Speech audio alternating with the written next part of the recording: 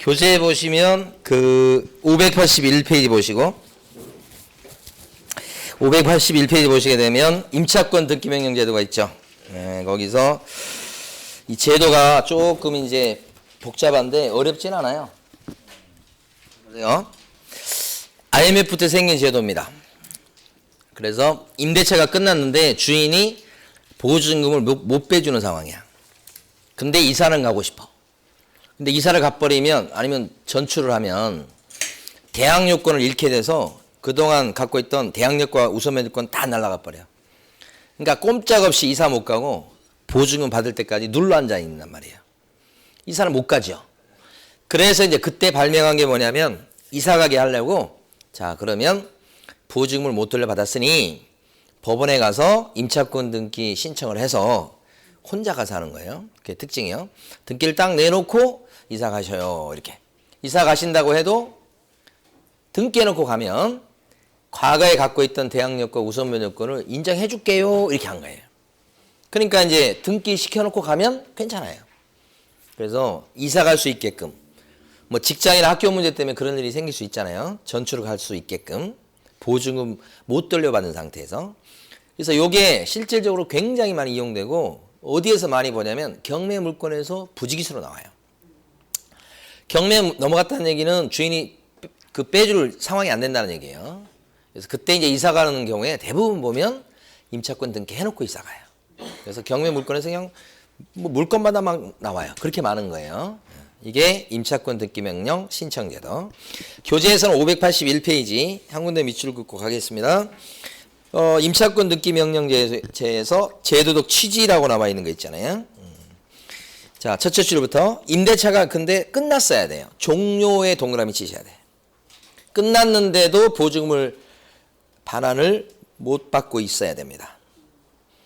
그러면 둘째 줄 혼자 가서 임차권 등기 명령 신청을 법원에 내요. 그럼 법원이 등기소에 촉탁, 부탁을 해서 등기가 되거든요. 그렇게 되면 기존에 갖고 있던 대항력과 우선면허권은 갖고 있었던 것은 이제 유지하는 거지만 없었다고 한다면 취득을 먼저 하게 되죠. 그래서 취득하고라고 셋째 줄까지 나오고 근데 만약에 임차인이 이미 대항력과 우선면허권을 갖고 있었다고 하면 그때는 어떻게 되느냐 종전의 대항력과 우선면허권을 그대로 뭐요 유지시켜 줄게 이런 뜻이죠. 그래서 이사 갈 수 있도록 만든 거예요. 거기까지 보시면 돼요. 지금 단계에서는 자 이제 상가건물 임대차 보호법으로 넘어가 보도록 합니다. 교재에는 592페이지 딱 피시고 592페이지 상가건물 임대차 보호법은 주택임대차 보호법의 닮은꼴이에요. 그래서 여러분들이 공부하실 때 지금 공부한 내용이 많이 이제 쓰이니까 좀 더 이해가 쉬울 겁니다. 대신에 상가건물 임대차 보호법은 요거요. 국민들의 경제생활의 안정, 경제생활의 안정을 위해서 만들었다. 경제생활입니다. 아까 주택임대차 보호법은 왜 만들었어요?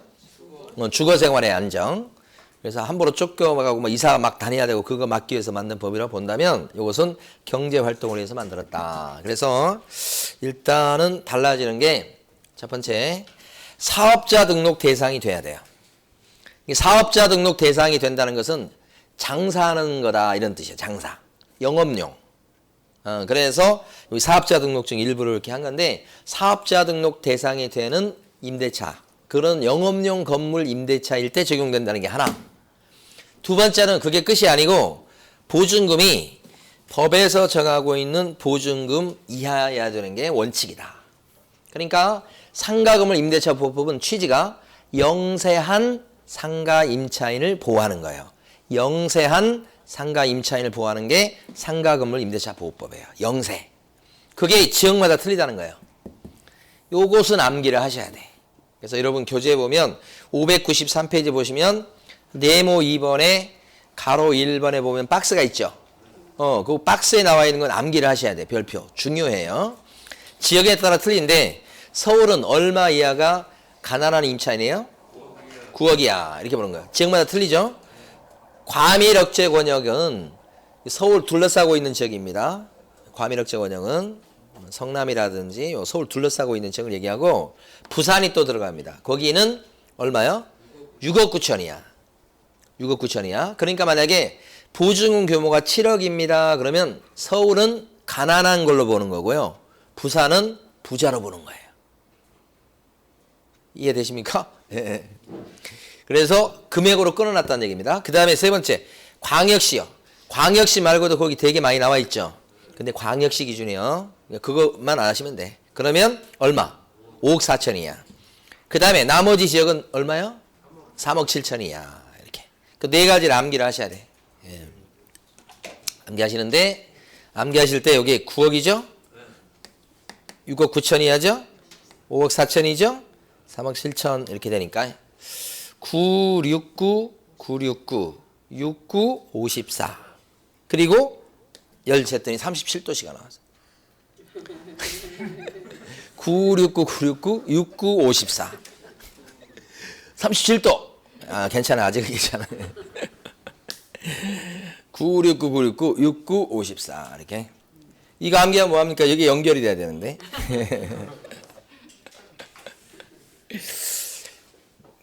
그렇죠? 옆에도 어떻게 좀 암기를 해보세요. 어떻게 암기할까? 하여간 앞으로 암기하도록 하죠. 이거 중요합니다. 그런데 이걸 우리끼리 할 때는 이하보증금이라고 해요. 이하보증금. 그래야 적용된다. 이렇게. 그래서 따지는데 이 보증금 규모를 따질 때 자 이제 보십니다. 월세가 있으면 월세에다가 곱하기 100을 해서 환산을 해줘요. 그러니까 이쪽에서 한번 써보면 자 보증금 2억에 월세가 예를 들어서 800만 원입니다. 근데 서울이에요. 에? 그러면 요게 월세 곱하기 100을 해서 해주는 거니까 여기 800만 원은 환산한 걸로 치면 이게 8억짜리 8억짜리. 거기에다가 더하기 원래 보증금을 더하면 복비 계산하는 거하고 비슷하죠. 그렇게 하면 10억 규모야. 서울에서 10억은 어떻게 해요? 이하입니까? 초과입니까? 보증금이. 초과해 버려요. 그러면 초과가 되면 여기 들어가는 거예요. 이하가 된다고 한다면 그때는 상가 건물 임대차 보호법이 다 적용돼요. 법이 노랗게 된 건 다 적용된다는 뜻이에요. 근데 초과가 되면 어떻게 되느냐? 상가 건물 임대차 법 조문 중에서 요 일부만 적용되는 거예요. 일부만. 그 일부 적용되는 게 굉장히 중요해요. 그래서 적용되는 것 중에서 일단 들어보세요. 대항력은 그래도 인정해요. 초과해도. 그 다음에 권리금 보장하는 걸 좀 이따 할 텐데 권리금 보장하는 것도 인정해줘요. 초과해도. 그 다음에 갱신 요구권이 상가에도 있다고 그랬죠. 갱신 요구하는 이 권리도 초과한 상가 임차인도 보장을 해줘요. 요 세 가지가 핵심이에요. 나중에 암기까지 하시고 일단은 들어보시고 그러면 무슨 얘기냐면 우리는 앞으로 이하보증금, 초과보증금이라는 용어를 우리끼리는 쓰자고. 그 이하보증금이 원칙적으로 적용되는 건데 이때는 다 적용된다는 의미예요. 근데 초과보증금은 예외적으로 적용되는 경우가 있더라. 그러면 일부만 적용된다는 뜻이에요. 그러면 만약에 여기 보증금 1억에 월세 700이면 서울 지역이라고 한다면 환산하면 7억 규모죠. 그러면 이하 보증금에 들어가죠. 그러면 원칙적으로 100% 적용되는 겁니다. 근데 만약에 부산 지역이면 1억에 600. 부산 지역이다 그러면 똑같이 7억 규모예요. 7억. 근데 부산은 어떻게 됩니까? 이게 아니고 초과가 돼버리죠. 그러면 상가 건물 임대차 보호법 조문 중에서 뭐요? 일부만 적용되죠. 그래서 일부만 적용된다 이렇게 봐야 돼. 대표적인 거 대항력, 우선 면적권, 최우선 면적. 대항력, 권리금 보장, 그 다음에 갱신 요구권 이렇게. 그래서 상가는 주택보다 좀 복잡한 게 있는데 상가에서 세 군데가 중요한 데가 나와요. 그 중에 요 적용 보증금 여기가 첫 번째 중요한 거예요.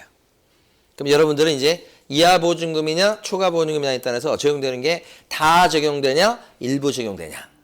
그렇죠? 그 보증금 규모는 지역마다 또 틀리고 암기해 두셨죠? 그 다음에 월세 곱하기 100을 해서 환산한다고. 그렇게 해서 따지더라. 뭐 이런 얘기 하는 거예요. 자, 그래서 이렇게 정리하시면 될 것 같고, 자, 쭉쭉쭉 가시면 되고요. 예. 그 가로 3번에 보면 무슨 얘기가 나오냐면 593페이지 가로 3번 보세요. 상가 건물 임대차 보호법의 일부 조문만 적용되는 경우다. 그런 뜻이죠. 옆에다 뭐라고 쓰셔야 되냐면 우리끼리 초과보증금이다 쓰시고. 그러니까 초과보증금은 뭐예요? 일부 적용됩니다. 이런 뜻이요. 두고두고 중요합니다. 일부 적용되는 게 뭐냐. 다음 페이지 가니까 잔뜩 나와 있죠. 근데 잔뜩 아니에요. 그 중에서 동그라미 1번 밑줄, 동그라미 2번 밑줄 갱신요구권, 동그라미 4번 밑줄, 요 정도가 핵심이에요. 나머지는 뭐 모르셔도 괜찮아요. 실질적으로. 요 세 가지는 꼭 알아두실 거. 세 군데 밑줄 그었죠? 초과보증금 이렇게.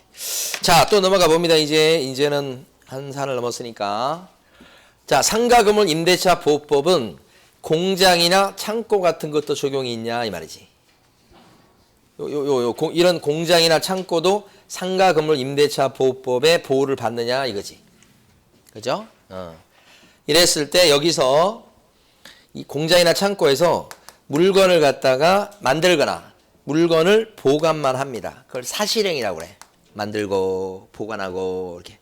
이런 사실적 활동만 하면 이 상가 건물 임대차 보호법에 따른 보호를 못 받습니다. 뭐가요? 공장이나 창고가. 근데 이 공장이나 창고에서 물건을 만들고 보관하고 이것도 하지만 그 만들 물건을 팔기도 해요. 판매행위를 해요. 그래서 플러스 영업행위를 같이 한다면, 팔기도 한다면 요럴 적에는 상가 건물 임대차 보호법이 뭐예요? 적용되더라는 게 판례 입장이야. 그래서 여러분들은 이게 판례인데 아직 시험에 안 나온 판례니까 중요하게 다뤄야 됩니다. 592페이지 제일 아래쪽에 가시면 가로 3번이 있습니다. 가로 3번을 별표를 치시고, 그래서 거기 5줄을 막 밑줄을 그으셔야 돼. 큰 별표 치시고. 요 설명입니다. 앞으로 시간 가면 갈수록 공장 창고가 중요할 겁니다. 결론적으로는 세모다. 적용되는 경우도 있고 적용이 안 되는 경우도 있다. 자, 2번 법인 갑니다. 법인은 상가건물 임대차 보호법의 보호를 받을까요? 법인은 어떨 것 같아? 법인은 회사, 경제활동의 주체가 됩니까? 경제활동의 주체가 되지. 그래서 적용되는 게 주택하고 다른 거. 주택에서는 법인은 주거생활이 없어가지고 적용이 안 됐었죠. 주택은. 상가는 주식회사 이런 법인이 경제활동의 주체잖아요. 그래서 적용을 받죠. 법인 사업자 낼 수 있잖아요, 당연히. 예. 그 다음에 일시 사용을 얘기한 거. 이거 깔세. 예. 땡처리하러 의류 같은 거 들어오잖아요. 한 2달, 3달만 씁시다. 이거 있잖아요. 이때는 상가건물 임대차 보호법에 적용이 없더라. 일시 사용을 위한 임대차가 됐을 때는 적용이 없다. 우리 교재에서 봐요. 교재 594페이지 보시면 아래쪽에 가시면 네모 3번에 가로 2번. 법인은 동그라미 치셔야 되겠네.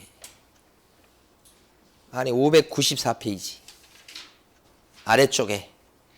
그 다음에 제일 밑에 가면 가로 3번에 일시 사용을 위한 임대차는 어떻게 하셔야 되겠어? X를 치셔야 되겠네. 예? X. 예, 그 대표적인 게 땡처리, 깔세 라고 하죠. 자, 그 다음에 이제 7판을 또 보시고요. 상가 임대차 계약 기간을 정할 때 계약 기간을 정하지 않거나 혹시 상가 임대차 계약 기간을 6개월로 했다. 그러면 임대차 기간은 어떻게 돼요? 1년 되는 겁니다. 1년. 그러니까 상가는 최소한 1년은 장사할 수 있도록 해주자 이런 뜻입니다. 1년입니다. 주택은 아까 이게 2년. 자, 이럴 때 혹시 임대차 기간을 6개월을 정했다고 한다면 6개월만 장사하고 나갈랍니다라고 주장해 버릴 수 있는 사람은 누구? 임차인은 선택할 수 있죠. 나 6개월만 장사하고 점포 비우고 나가겠으니까 보증금 빼주시오 라고 할 수 있어. 아니면 6개월 했지만 임차인은 1년 마저 6개월 더해서 채울래요? 할 수도 있고. 선택사항이야. 자, 묵시적 갱신 요거요. 우리 상가에도 묵시적 갱신 제도가 있어요. 그럼 아무 말 없이 쑥 지나가면 다시 계약한 걸로 보는데, 자, 그랬을 때 묵시적 갱신이 됐을 때 그 기간은 상가는요 1년이에요. 아까 주택은 몇 년? 2년. 상가는 1년이에요. 1년. 그렇죠? 원리가 같습니다. 그러니까 2년 점포 계약을 했다가도 묵시적 갱신이 됐다 그러면 2년이 되는 게 아니고요. 1년. 상가는 1년, 주택은요? 2년. 이렇게 돼. 주택 같은 경우에 만약에 3년 계약했다. 근데 묵시적 갱신이 됐어. 그래도 2년. 못이 박혀 있죠? 여기도 못이 박혀 있어. 1년. 이렇게. 원리가 같죠? 예. 그런데 어떻게 할 수 있어요? 중간에 임차인은 또 언제든지 나간다고. 누가? 임차인이 해버릴 수 있고. 효력은 당장 생기는 건 아니고 몇 달 있다? 3개월 있다 효력 생긴다. 그죠? 요 똑같은 구조죠? 요것만 다르죠, 지금? 여기까지. 자, 그러면 여러분들은 595페이지 보시고. 595페이지 보면 가로 1번에 첫째 줄하고 둘째 줄까지 밑줄. 임대차 존속기간은 최단 기간은 1년을 보장해 주죠. 595페이지 가로 1번에 첫째 줄하고 둘째 줄까지요. 1년. 그 다음에요. 가로 3번에 보면 차임이 연체가 되면 계약을 해지할 수 있죠. 상가 임대차 해지는 가로 3번입니다. 지금 두 줄 밑줄 긋고 몇 달치가 밀려야 해지할 수 있다? 3달치. 주택은 2달치고 상가는 3달치 이렇게 됩니다. 자, 그 다음에요. 갱신요구로 넘어가도록 합니다. 갱신요구에 대해서는 자, 칠판 보시고 주택에도 갱신요건이 있고 상가도 있고 상가가 먼저 생겼어요. 그럼 이건 뭐냐? 자, 비슷한데 다른 점 같은 걸 잘 봐두셔야 돼. 임차인이 계속 장사하기를 원해요. 그럼 임대인 보고 나 계속 장사하랍니다. 이렇게 요구할 수 있는 게 갱신 요구예요. 그 갱신 요구할 수 있는 그 시점이 언제냐가 중요해요. 언제 갱신 요구할 수 있죠, 임차인이? 임대차 기간이 끝나기 6개월 전부터. 여기 1개월 전이에요. 이게 주택은 갱신 요구를 언제까지 할 수 있죠, 임차인이? 2개월 전까지였죠. 상가는 1개월 전까지 요구할 수 있다. 그러면 갱신 요구하게 되면 전 임대차하고 같은 조건으로 한 걸로 봐요. 그죠? 그럼 여기서 이렇게 갱신 요구하면 1년 돼야 될 것 같죠? 아까 주택은 갱신 요구하면 2년으로 못이 박혀 있잖아요. 근데 여기는 갱신 요구하면 그거 그대로 가면 우리 혼동 안 하려면 이거 1년 되면 되게 좋잖아요. 근데 1년이 아니에요, 여기가. 전 임대차와 같은 조건으로 다시 계약한 걸로 본다고 그러고 기간에 대해서 얘기가 없어. 여기서 끝이야. 그러면 무슨 얘기냐면 3년 계약했다가 갱신 요구를 요때쯤 하면 3년이 되는 거야. 아, 이게 달라. 여기서부터 이제 혼란이 오기 시작하는 거야. 수험생을 위해서 법을 만들진 않아. 그러니까 상가에서는 여기가 3년이면 여기도 3년이야. 갱신 요구하면. 여기가 2년이면 여기도 2년. 여기가 1년이면 여기도 1년. 여기가 6개월이면 여기도 6개월 이렇게 되는 거야. 여기가 좀 조심해야 될 거예요. 그러면 갱신 요구를 했어. 3년 했는데. 그러면 3년 늘어나는 거야. 대신 임대인은 뭐 할 수 있죠? 임대인의 권리 올려줘 그러면. 대신 많이는 못 올리게 하는 거 아시죠? 똑같이 5%야. 오, 이건 그래도 다행이야. 주택도 5%, 여기도 5%. 똑같죠. 그런데 한 번만 갱신 요구할 수 있나요? 주택은 한 번이지. 요건 횟수 가지고 얘기 않고 기간. 몇 년? 10년을 보장해 주는 거예요. 그러니까 여기서는 3년 갱신 요구했어. 그러면 3년 늘렸어요. 또 갱신 요구 또 할 수 있죠. 그러면 또 3년 늘어나는 거예요. 그렇죠? 그럼 여기서 갱신 요구 또 할 수 있죠? 세 번째 하는 거예요. 그러면 3년 돼요? 벌써 9년 채웠잖아. 그러면 여기서는 갱신 요구 해봤자 몇 년만 늘어나요? 1년. 그러니까 최장 몇 년이다? 10년. 자, 그 차이점은 주택하고 제도가 똑같은데 차이가 있는 점을 잘 봐두셔야 돼. 그죠? 차이 나는 게 보니까 요거 차이 났네. 그렇죠? 또 여기 보면 그냥 무조건 1년 되는 게 아니고 뭐요? 똑같은 기간. 앞에하고 똑같은 기간. 요것도 차이 나네. 그죠? 예. 그 다음에 여기 횟수는 제한을 두지 않지만 기간을 10년 두는 거죠? 요것도 차이 나네. 요 차이점 같은 걸 잘 봐두셔야 되겠고. 그 다음에 이제 전차인이 있어. 전차인. 전차인이 누구죠? 임차인한테 다시 세를 얻은 사람이지. 말도 어렵죠. 그러니까 그렇게 불러요? 처음 듣는 얘기인데. 자, 임대인이 있고 요 B가 임차인이요. 임차인. 근데 임차인한테 다시 세를 얻는 거 C. 이렇게. 자, 그러면 이거 임차인이라고 안 그러고 다시 세를 얻어서 이걸 전차인이라고 그래. 전차인. 그러면 세 얻은 사람한테 다시 세를 갖다 얻은 거란 말이에요. 이렇게 이거 전차인이다 그러면. 그러면 이란 전차인은 지금 다시 세를 얻은 사람인데 장사가 무지하게 잘 때 그럼 갱신 요구를 갖다가 할 수 있을까요? 임대인한테? 어때요? 갱신 요구는 전차인이 행사할 수 있을까? 없을까? 없어요. 왜 그렇죠? 갱신 요구는 누구의 권리예요? 임차인. 임차인 아니에요. 그렇죠? 그런데 이 사람은 지금 여기서 다시 세를 얻은 사람이니까 장사 잘 되면 장사를 계속할 수 있도록 하는 건 맞는 얘기예요. 그렇지만 이렇게 직접 갱신 요구를 할 수는 없어요. 왜요? 권한이 없기 때문에. 갱신 요구는 누구의 권한이요? 갱신 요구는 누구의 권한이죠? 임차인의 권한이야. 임차인 손에 들려있는 이 칼이야, 칼. 칼이에요. 잘, 칼이야. 그리기 쉬워서 칼을 그린 거예요, 지금. 임차인이 들고 있는 칼을 자기는 저 칼이 없어. 근데 이 사람한테 빌린 거니까 요 C가 임차인 그 칼을 들고 있는 임차인 손을 위에를 덥석 잡아서 자기가 휘두르는 거야. 이걸 뭐라면 대위 행사라고 그래. 요렇게 행사 돌아서. 누가 권리를 행사하는 것을? 임차인이 행사할 것을 대신. 임차인은 행사 안 하려고 가만히 있는데 전차인이 손모가지를 잡아서 막 그 대위 행사라고 그래. 대신 이렇게 되려면 임대인이 이렇게 세를 다시 넣는 거에 대해서 동의했어야 돼요. 그러면 적법해요, C가. 그러면 이렇게 휘둘릴 수 있어. 직접은 못 휘둘러. 예? 그래서 여기 보면 임대인의 동의가 있을 걸 전제로 해서 전차인은 행사할 수는 있어. 근데 어떻게 행사하죠? 그치, 대위. 그러니까 시험에 나올 때 직접 행사한다고 나올 가능성이 굉장히 높아요. 시험에 아주 잘 나온 내용 중에 하나입니다. 가로 5번이. 대부분 맞는 걸로 나왔지만 틀린 거 나올 때를 대비하셔야 돼. 그죠? 마지막 것도 했어요. 초과 보증금의 경우는 우리끼리 하는 말이죠. 갱신 요건을 행사할 수 있다, 없다? 초과 보증금도 행사할 수 있다. 초과 보증금의 경우도 적용되는 게 대항력, 갱신 요구, 권리금 보장 그런 거 있었죠? 나올 때마다 하셔야 되는 건 중요합니다. 여러분 교재는 596페이지. 596페이지 가로 1번의 첫째 줄부터 둘째 줄, 셋째 줄까지 밑줄. 두 군데가 중요한데 첫째 줄에 보면 갱신 요구할 수 있는 기간이 있죠? 6개월 전부터 언제까지요? 1개월 전. 주택하고 달라요. 그 다음에 둘째 줄 끝에 임대인의 동의 얻어서 적법하게 전대차가 이루어진 경우요. 그때 전차인은 임차인을 뭐해서?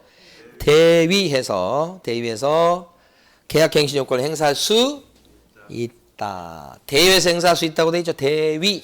예, 직접이 아니고 그거 중요하고. 자, 그때 가로 2번 가십니다. 밑에. 갱신 요건의 기간은 최초의 임대차 기간을 포함해서 가로 2번 갔습니다. 박스 밑에. 몇 년을 초과하지 못한다. 10년. 가로 3번. 대신 갱신 요구가 들어오면 가로 3번. 우리 임대인은 또 뭐라고 할 수 있어요? 올려달라고 할 수 있겠죠? 임대인 무기는 그거니까. 예, 그래서 가로 3번에 전 임대차와 다시 계약한 걸로 보지만 임대인이 뭐라고 할 수 있어? 야, 월세 보증 올려달라라고 요구할 수 있죠? 다만 이제 올릴 때는 역시 뭐요? 밑에 써두세요. 밑에 그죠? 써두세요. 5%를 초과해서 증액할 수는 없다. 아니 바로 밑에 써두셔야 돼. 안 나왔어. 응? 가로 3번에 둘째 줄 밑에 그 공란에다가 5% 초과해서 증액 X 이거 써두시라고. 그리고 셋째 줄, 넷째 줄 그 밑에를 절대 읽으시면 안 돼. 시험에 안 나와. 근데 읽는 순간에 머리가 복잡해져. 그러니까 읽으시면 안 된다고요. 거기까지는 출제 안 됩니다. 자, 그러면 이제 여기까지 봤고, 자, 그 다음에 이제 칠판 보세요. 자, 칠판 보시면 대항력이 나왔어요. 상가 임차인도 대항력 주장할 수 있어요. 상가 임대인이 막 바뀔 때. 그러려면 인도 플러스 여기는 주민등록 대신에 뭘 써먹어요? 상가는 사업자 등록을 써먹는다. 그죠? 근데 사업자 등록을 세무서 가서 할 적에 사업자 등록하겠다고 신청서를 먼저 적을 거예요. 그러면 사업자 등록 신청을 하면 사업자 등록된 걸로 봐요. 마치 주택에서 주민등록돼 있어야 대항 요건을 갖춘 거다 해놓고는 전입신고만 됐어도 주민등록된 걸로 치는 거하고 똑같아요. 그러니까 여기 사업자 등록도 맞고 등록 신청도 맞아요. 근데 그러면 대항 요건 언제 생겨요? 전입신고한 다음 날. 여기도 사업자 등록 신청한 다음 날 생기는 거예요. 다음 날. 그렇죠? 그래서 이 관계가 같은 관계라는 거죠. 그러면 실질적인 것은 사실 가만히 보면 사업자 전입신고한 다음 날, 사업자 등록 신청한 다음 날. 이게 이제 현실적인 얘기예요. 근데 종문에서 이거 안 나오고 이렇게 나올 수도 있는 거예요. 틀렸다고 하시면 안 돼요. 같은 거예요.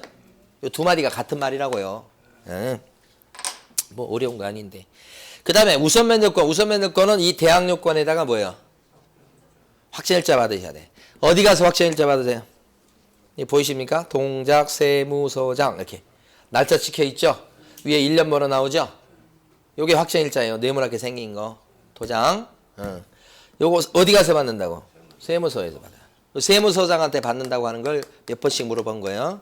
주택은 어디 가서 확정일자 받아요? 동사무소, 등기소, 뭐 그죠? 읍사무소, 등기, 공증사무실도 되고. 예. 여기는 딱 한 군데. 여기 뭐 등기소에서 받는다, 주민센터에서 받는다 그러면 틀려요. 여기는 딱 한 군데밖에 없어요. 그 다음에 최우선 면접권 세치기 하는 거죠. 그러려면 뭘 갖춰놔야 돼? 대항 요건 갖추고 있어야 되죠.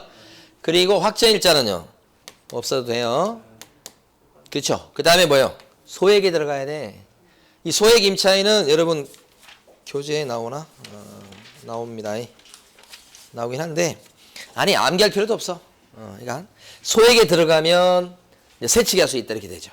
다만 놓치시면 안 되는 게 이 대항 요건은 세치기 하는 거니까 늦어도 언제까지는 요 대항 요건을 갖추셔야 돼. 경매 등기 전. 경매 넘어가기 전까지는 이걸 갖추고 있어야 되겠다. 예? 그래야 세치기를 허용한다. 이 뜻이니까. 자, 지금부터 이제 교재를 밑줄 그어봐요. 598페이지. 대항력이라고 돼 있고 거기 네모 1번 대항 요건 해가지고 첫 줄부터 셋째 줄까지 마구 밑줄 그으시면 돼요. 내용 읽지 마시고 다 설명드린 거예요. 밑줄로 쫙쫙쫙. 그나마 조금 볼게요. 셋째 줄에 다음날 생긴다는 거 다음날의 동그라미. 오른쪽 가시면 우선 면접권 나왔죠. 오른쪽 페이지 왔습니다. 오른쪽 페이지 우선 면접권. 자, 우선 면접권에서는 가로 1번 요건 중에서 동그라미 1번 첫째 줄부터 뭐요? 넷째 줄까지 마구마구 밑줄. 이게 우선 면접권이에요. 그래서 확정일자까지 받고 그러면 이제 우선 면접권이 있다 그런 얘기 하는 거예요. 그때 이제 가로 2번 동그라미 1번요. 자, 어디 가서 확정일자를 받는다? 세무서장한테 받는다. 세무서장 동그라미요. 아까 가로 1번에 동그라미 1번 밑줄 그을 때 읽지 마시라고. 시간 전략해야 돼요. 다 읽을 시간이 없어. 예. 아까 다 읽어봤던 거예요. 주택할 때. 자, 넘어가십니다. 넘어가셔요. 602페이지 왔습니다. 602페이지에서요. 최우선 면접권이라고 써져 있죠. 거기서 가로 1번에 동그라미 1번. 세 줄이에요. 세 줄. 그 밑줄 긋고요. 그때 동그라미 칠 것은 보증금 중 일정에. 그 다음에 누구보다 우선. 다른 권리자보다 우선. 요 두 마디가 최우선 면접권을 가리키는 거죠. 그 다음에 동그라미 2번의 둘째 줄. 2분의 1 나옵니까? 숫자? 그러니까 소액 상가 임차인도 몫이 낙찰가에 2분의 1로 제한받아요. 주택도 그랬었죠? 2분의 1만 동그라미 딱 치시고 넘어가면 돼. 오른쪽에 나와 있는 저기 소액 보증금 암기하는 거 아닙니다. 물어보지 않아요. 그런 거. 어떻게 다 암기합니까? 그거. 605페이지 가보세요.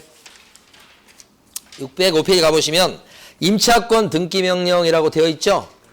그 제목을 동그라미를 크게 치셔야 돼. 이게 무슨 얘기냐면 상가에도 임차권 등기명령 신청제도가 있다.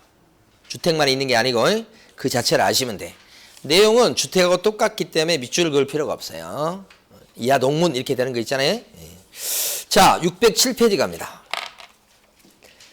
상가 건물 임대차 보호법에서 중요한 데가 세 군데 있다고 말씀드렸어요. 첫 번째가 보증금, 적용 보증금 이하냐 초과냐. 그죠? 초과일 때 적용되는 거 이거 있죠? 이게 핵심. 969, 969, 6954, 37도 이거 있잖아요. 요거 하나 있고 두 번째가 갱신요건 아까 봤어요. 갱신요건이 참 중요해요. 자, 그 다음에 세 번째 중요한 게 뭐냐면 권리금 보장이에요. 권리금 보장. 권리금 보장을 지금 제가 칠판에 써서 여기 나온 거 설명을 드릴 거고 그 다음에 밑줄을 그을 건데 양이 좀 많은 편이에요. 그래서 이걸 잘 먼저 들으셔야 돼. 밑줄 긋기 전에. 권리금을 보장해 준다고 했는데 이게 어떤 거냐면 이 점포 주인이 A인데 B한테 점포를 빌려줬어요. 근데 이분이 이거 빌려가지고 횟집을 해요. 횟집을. 근데 오랫동안 했는데 단골도 많고 매상도 많이 올라갔고 돈을 벌었는데 이제 뭐예요?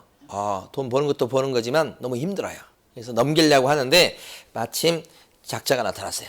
인수받을 사람이. 뭐 퇴직하셨대 최근에. 또 돈이 좀 있겠죠. 퇴직금을 털어 넣어가지고 이거 인수받아서 하려고 그래. 그런데 이제 가만히 보니까 자기가 가게를 차리려고 하면 시설비가 또 들어가잖아. 그 다음에 거기 또 그것도 브랜드 또 알려갖고 사람들 오게 만들고 단골 만들려면 어떻게 해요? 시간이 걸리잖아요. 그래서 이제 퇴직금 있으니까 돈으로 이제 그것을 이제 어떻게 해요? 사버리는 거야. 여기서 영업권이라고 하는 것을 권리금을 주고 인수받는 거야. 이 식당, 횟집에 대한 영업권을 넘겨받는 거지. 이렇게. 그래서 둘이 계약을 해요. 이걸 1억에 요 횟집을 인수받기로 한 거야. 안에 보니까 뭐 주방에 여러 가지 기구 같은 게 있을 수 있고요. 그 다음에 또 뭐가 있냐면 오랫동안 장사해서 저 손님들이 꽤 있어요. 그 다음에 위치도 괜찮네.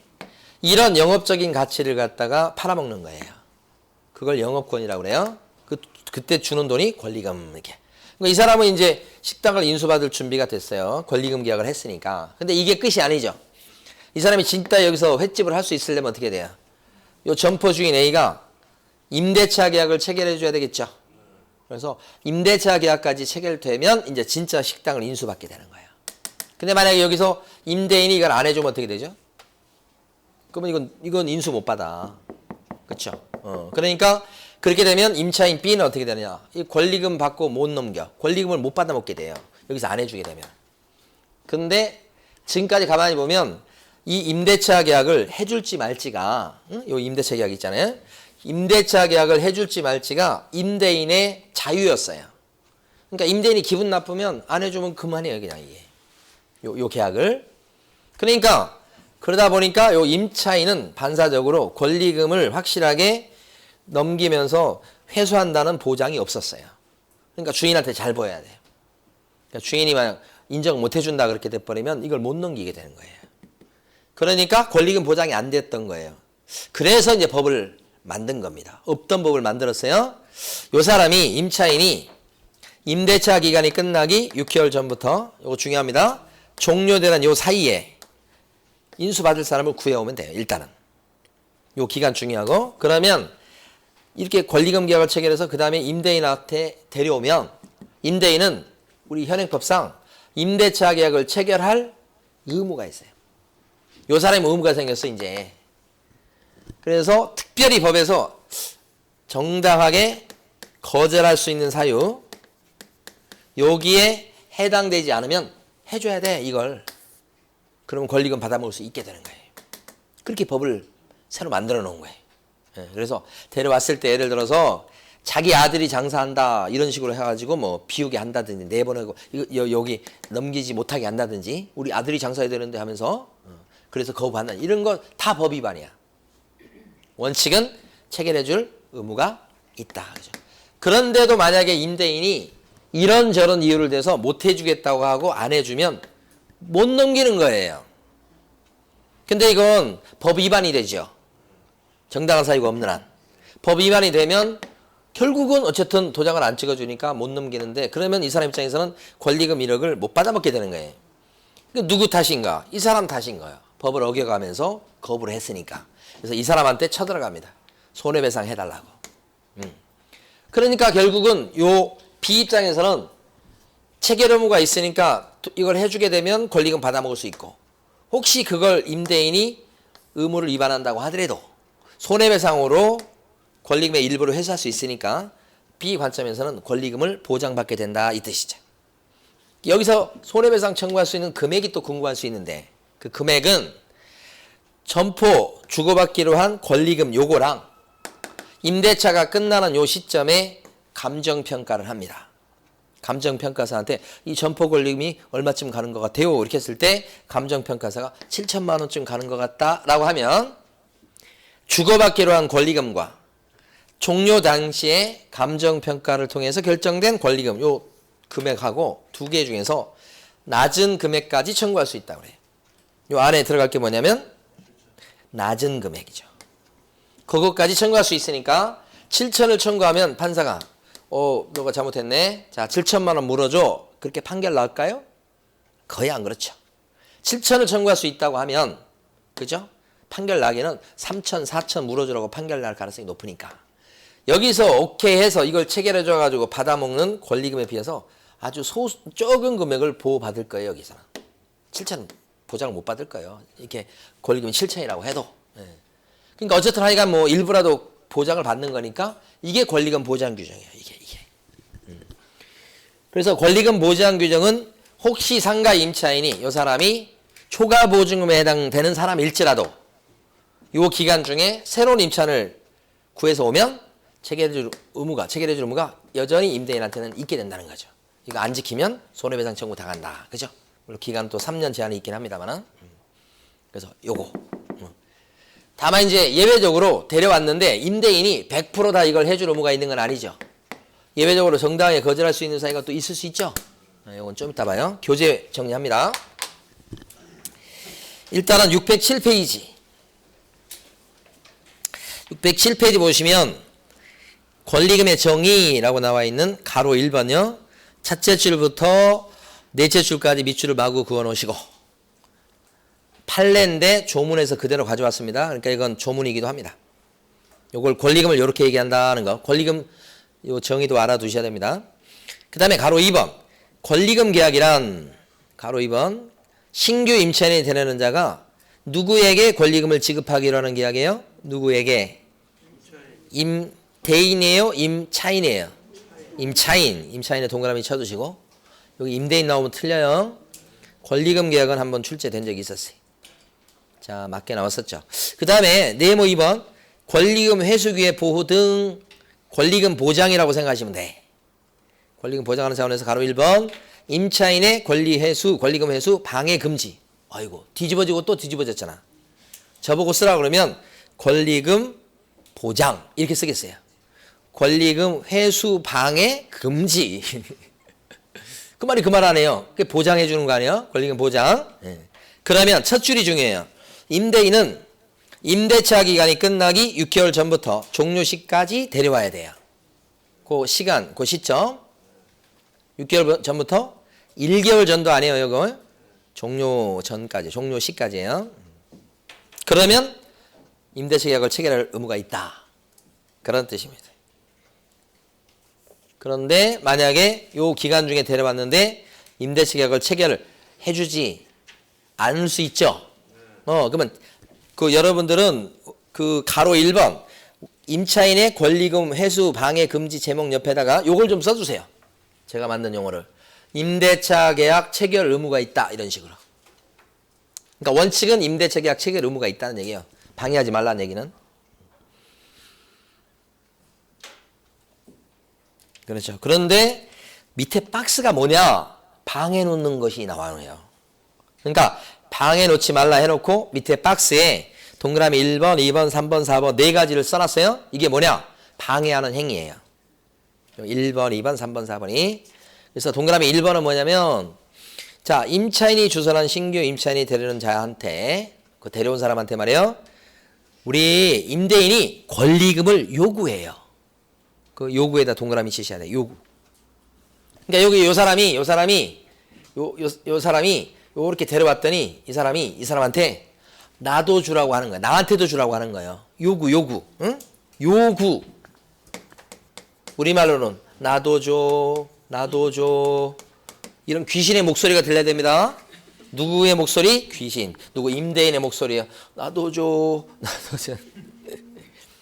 그 다음에 동그라미 2번. 임차인이 주선한 신규 임차인이 되는 자로 하여금 기존 임차인에게 권리금을 지급하지 못하게 하는 행위. 자, 여기 핵심은 권리금을 지급하지 못하게 한다. 누가 그런 거예요 지금? 임대인이. 그죠? 그래서 이것을 지급하지 못하게 한다. 이게 핵심인데 이건 뭐냐면 주지마 주지마 주지마 이런 뜻이에요. 지금 임대인의 목소리가 들려야 됩니다. 지금 임대인이 뭐예요? 주지마 주면 안 돼. 절대 주면 안 돼. 주면 나 너하고 안 해줄 거야. 임대차 계약 이런 뜻이에요. 이게 주지마예요. 자, 세 번째 보시면 임차인이 주선한 신규 임차인이 되려는 자에게 상가 건물에 관한 조세, 공과금, 주변 상가 건물의 차임이나 보증금, 그 밖에 부담에 따른 금액에 비추어. 여기까지 다 소용없어요. 읽었지만. 셋째 줄 중요해요. 현저히 고액의 차임과 보증금을 요구하더라. 뭘 기억하셔야 돼요? 현저히 고액이다. 현저히 고액이다. 많이 달라고 하는 거죠. 고액의 차임이나 보증금을 부르는 거죠 지금. 아니 데려왔더니만 요 기존의 임대차 계약보다 훨씬 많은 보증금이나 월세를 계약하자고 하는 거예요. 그러면 도망가겠죠. 그럼 여기는 권리금 못 받아먹게 되겠죠. 그러면 이렇게 손해배상 청구해서 쳐들어갈 수 있겠죠. 그래서 회방 놓는 행위가 돼서 손해배상 청구 당하는 사유 중에 이게 세 번째란 말입니다. 그래서 이것은 여러분들은 많이 줘 이렇게 기억나야 돼요. 세 가지. 요 세 가지가 임대인의 목소리, 귀신의 목소리. 이러면 임대인은 어떻게 된다고요? 손해배상 청구를 당하더라. 이 목소리 세 가지. 예. 그래서 다음 페이지 가시면 가로 3번 보세요. 가로 3번. 임대인의 뭐예요? 손해배상 책임이다. 가로 3번 넘어왔는데 지금 오늘 쪽으로 진도가 끝날지 모르겠네요. 가로 3번.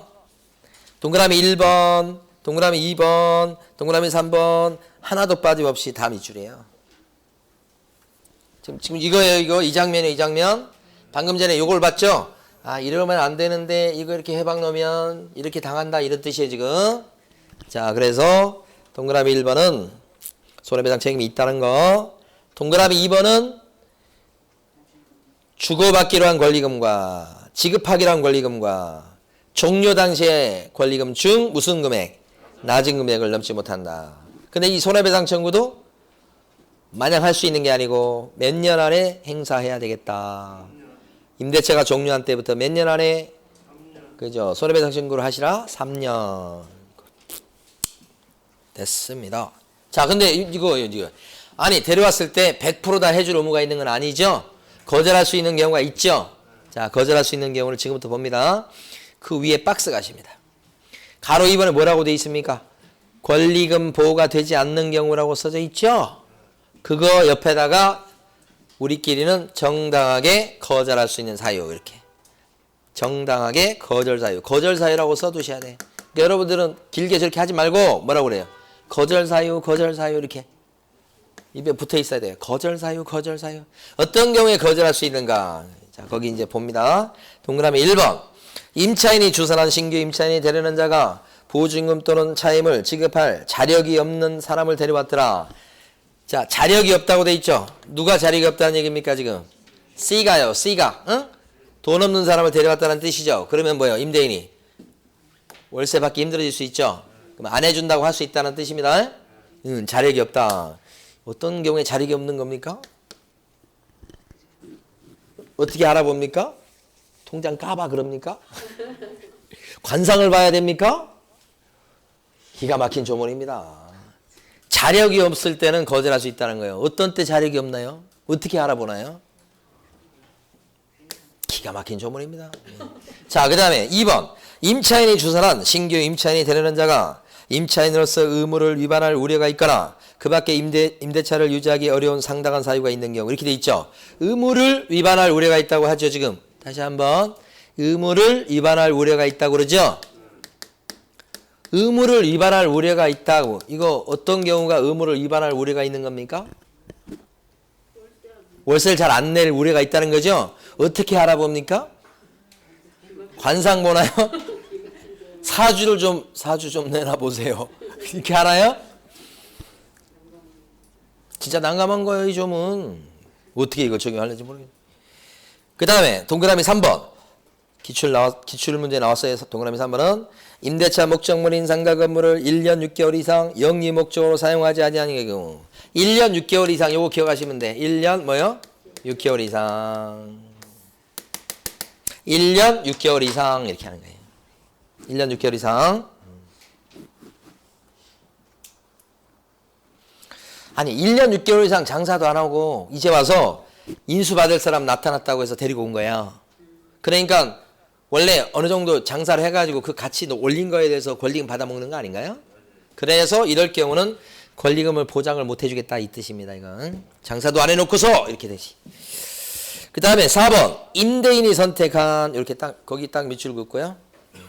임대인이 구해왔는데 임차인이 구해온 게 아니죠 사실은. 근데 임대인이 딱 선택해서 근데 그 사람이 기존 임차인한테 권리금을 주기로 하려고 막 그러는 거예요. 4번도 조금 어렵습니다 사실은. 다 밑줄 긋지 말고 임대인이 선택한 요거 딱 밑줄 그으면 돼. 자 그래서 요 네 가지 경우는 어떤 경우라고요? 거절 사유 이렇게 하셔야 됩니다. 그러니까 모든 법은 원칙 예외 막 이렇게 구조가 이렇게 돼 있어요. 다 법은 그래요. 갱신 요구도 마찬가지지. 갱신 요구 들어주는 게 원칙. 다만 요럴 때는 거절할 수 있다. 전부 다 구조가 이렇게 돼 있어요. 그죠? 권리금 보장이 요럴 때 된다. 되는 게 원칙이다. 다만 요럴 때는 권리금 보장이 안 된다. 다 그렇게 돼 있어요. 법은. 예? 그렇습니다. 자 이제 여러분들 쭉 넘어가셔서 경매로 넘어가는데요.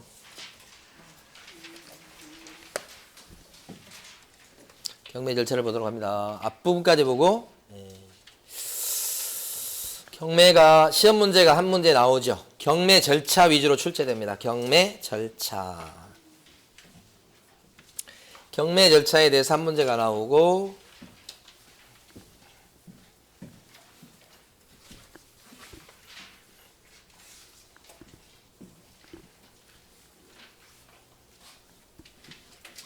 요게 이제 경매장 모습이에요. 근데 아주 최근 모습은 아닌데 저번에 1월 달에 갔을 때도 중앙지방법원 갔는데 거기 사회적 거리두기 막 그런 상태예요. 그런데도 꽉 차요. 중앙지방법원이 제일 큰 데예요. 근데 거기 사람들이 다 못 들어가니까 거기도 이제 촘촘히 앉지는 못하더라고. 거기도 이제 한 칸 띄고 앉고 그러더라고. 그러니까 그러다 보니까 더 사람들이 밖으로 밀려와가지고 밖에 복도까지 쭉 있다가 이제 사람들 빠져나가면 들어가고 이렇게. 저희들도 못 들어갔었어요. 밖에 서 있고 막 그랬거든요. 그러니까 생각보다 많더라고요. 자, 경매 절차가 10단계예요. 10단계. 이거 간단히 보고서 좀 봐요. 경매를 붙이는 거예요. 신청. 경매를 누가 신청해서 경매를 넣을까요? 주로 은행들. 채권자들이 많겠죠. 채권자들이 경매 넣는 거예요. 그러면 법원에서는 요거래요. 배당 요구의 종기. 마지막 날을 종기라고 그래요. 그걸 결정해서 공고합니다. 채권자 중에 보면 배당을 요구해야 받는 채권자들이 있어. 그 대표적인 사람이 오늘 배운 사람들이요. 세입자 그래요. 세입자. 세입자가 우선 면제권이 있건 최우선 면제권이 있건 입을 꾹 다물고 있으면 배당을 못 타요. 반드시 뭐 해야 돼요? 배당 요구. 그래서 이제 실무에서는 굉장히 중요한 그 요소인데 시험에서는 그렇게 중요하게 다뤄지지는 않더라고요. 그래서 아까 보면 우선 면제권도 대항 요건 플러스 확정 일자로 나오죠. 근데 실제 실무적으로 보면 대항 요건 플러스 확정 일자 그다음에 배당 요구. 배당 요구 안 하잖아요. 이론도 못 타가요. 그래서 실무적으로는 이렇게 세 가지를 보는 건데 우리 이제 시험에서는 배당 요구는 잘 빼요. 그건 잘 취급을 안 하고 그냥 대항 요건 플러스 확정 일자. 최우선 변제권 같은 경우는 대항 요건 플러스 소액. 근데 실질적으로도 실무적으로 보면 그것도 배당 요구 해야 받는 거예요. 그래서 은행 같은 경우는 배당 요구 안 해도 타요. 등기부에 나오니까. 그래서 은행은 배당 요구가 필요 없는데 우리 세입자들은 배당 요구가 필요하고 배당 요구할 때 법원에서 요 종기를 딱 잡아요. 요 종기 마지막 날 요때까지 배당 요구하세요라고 해서 공고도 하고 통지도 해줘요. 그럼 요때까지 배당 요구하셔야 돼. 보태 요때쯤 돼요. 그리고 나서 법원이 매각 준비를 한다고 하는 것은 감정평가를 해요. 그 부동산에 대해서 감정가 얼마다 이렇게 감정평가를 한다고 그래야 경매가 진행되는 거니까 그게 준비예요. 그리고 집행관 아저씨가 가서 현장 가서 거기 있는 사람들 만나서 그 사람들 얘기 적어오고 그래요. 동사무소 가서 주민등록 띄어서 언제 전입했다고 그 기록 올려주고 막 그래요. 그게 바로 뭐냐면 매각 준비. 그리고 나서 이제 매각 공고가 뜹니다. 입찰 공고라고 했던 거죠. 신문에 나오죠. 그리고 나서 2주 있다가 이제 경매가 진짜 진행되는 거예요. 이걸 매각 실시라고 그러고 그 경매하는 날을 매각 기일이라고 그러고 여기서 누가 높은 금액 쓰느냐 1등을 찾는 그런 과정이에요. 이 사람을 찾았죠. 1등을. 그러면 일주일 있다가 매각을 허가할 건지 불허할 건지를 여기서 정해요. 그러니까 절차에 하자가 있는가 없는가 최종적으로 다시 한번 따지는 거예요. 여기서는 누가 1등 했지 따지는 거고 여기서는 절차에 문제가 있냐 없냐. 그래서 절차에 문제가 없다면 허가 결정을 내리는데 거의 대부분 허가 납니다. 절차에 문제가 있어 하자가 있어 그러면 불허가 나는 경우가 있죠. 이때 불허가 대부분 허가다. 그게 일주일 있다가 열려요. 그리고 나서 여기서 허가 나면 대금 납부하는 걸로 와요. 돈 냅니다. 예? 그러면 여기서 이제 대금 납부한 것을 그 돈 가지고 배당을 타가요. 그럴 때 아까 이제 최우선, 우선 면제 그 얘기가 여기서 나오는 거예요. 새치기 한다 뭐 이런 얘기가 이 배당에서 나온 얘기예요. 그리고 나서 이제 등기부 정리가 돼요. 근데 이제 아시는 것처럼 경매는 등기가 넘어왔어야 소유권을 취득하는 게 아니고 그 전에 소유권은 미리 취득하죠. 그렇죠. 요때 소유권 취득하죠. 등기부만 정리합니다. 이것도 법원에서 등기소에다가 부탁을 해서 그냥 등기부만 정리해 주는 거예요. 사후적으로. 그 다음에 이제 가보면 거기서 안 나오고 버티는 사람이 있을 수 있죠. 이런 사람. 이 사람을 끄집어내야 되겠다. 이렇게 드러내는 걸 뭐라고 불러요? 인도다. 일본 말로 할 때는 명도 이렇게 얘기해요. 그래서 끄집어낸다. 여기까지 하면 이제 경매 절차가 끝나는데 경매 절차는 이렇게 10단계 절차에 들어갑니다. 그럼 쉬었다가 이제 뭘 할 거냐면 이 경매 절차 중에 여기가 중요하거든요. 이것을 다시 한번 또 자세히 설명드려 보도록 합니다. 여기를. 자, 쉬겠습니다.